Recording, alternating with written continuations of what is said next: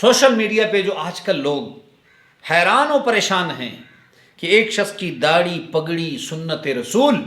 وہ دنیا میں سوشل میڈیا کا فاحش ترین انسان کیسے بن گیا۔ سوشل میڈیا پہ جو یہ پروگرام نٹر صاحب چلاتے ہیں اسے یہ نعوذ باللہ چکلے کا نام دیتے ہیں، اور میں حیران ہوں ان بہنوں کے لیے، ان بھائیوں کے لیے کہ وہ بطور مسلمان اس کے پروگرام میں شرکت کیسے کرتے۔ آزاد کشمیر ڈوڈیال کا رہنے والا یہ شخص جو محفل میلاد میں بھی شرکت کرتا،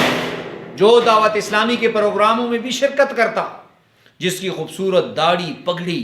لیکن سوال یہ ہے کہ یہ سوشل میڈیا پہ فحاش انسان کیسے بن گیا۔ یاد رکھو رسول اللہ صلی اللہ علیہ وسلم کے حدیث مبارکہ ہے، جب آپ نیک لوگوں کے ساتھ بیٹھو گے تو اگر ان سے کچھ نہ بھی سیکھو تو کچھ نہ کچھ ان سے ضرور لوگے۔ جس طرح عطر بیچنے والوں کے پاس بیٹھو گے تو عطر نہیں بھی لوگے تو خوشبو تو سونگھ کر جاؤ گے، اور اسی طرح اگر بھٹی والے کے پاس بیٹھو گے کچھ نہ بھی لو کچھ نہ بھی سیکھو اس سے تو داڑھی کالی کر کے آؤ گے۔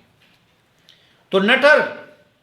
یہ اپنے علاقے کے فحاش لوگوں سے اس کا اٹھنا بیٹھنا رہا، اور یاد رکھو اگر میری پگڑی ہے، میری ٹوپی ہے اور میں گناہ کے پروگراموں میں جانا چاہتا ہوں تو پھر یہ پگڑی اور داڑھی میرے لیے رکاوٹ ہے۔ تو ان کاموں میں کھلم کھلا شرکت کے لیے نٹر نے داڑھی بھی ہٹائی اور پگڑی بھی ہٹائی۔ اور یہ ایک بات یاد رکھو، جتنی قومیں تباہ ہوئی، کچھ کے کرتوت تو یہ تھے کہ وہ ناپ تول میں کمی کرتے، اللہ اور اس کی رسول کی نافرمانی کرتے، یہ بھی تھے، لیکن اس میں بڑا جرم ان کا یہ بھی تھا کہ وہ زنا اور بدکاری میں ملوث رہے اور انہوں نے توبہ بھی نہیں کی۔ مسلمان جب گناہ کرے اور گناہ کے بعد وہ توبہ کا ارادہ کرے کہ اللہ میں دوبارہ نہیں کروں گا تو اللہ اسے بخش دیتا ہے، لیکن گناہ کر کے گناہ پر جرأت مند ہو جانا اور کبھی بھی توبہ کا ارادہ نہ کرنا، یہ اللہ کے عذاب کو دعوت دینے کے مترادف ہے۔ اور یہ بات یاد رکھو،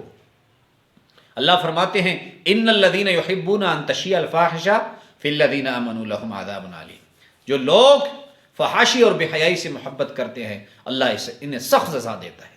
اللہ رب العزت نٹر صاحب کو ہدایت دے۔ اللہ رب العزت بطور مسلمان ہمیں اسے دعا کرتے ہیں کہ اللہ اس فحاشی کے کاموں سے بچائے۔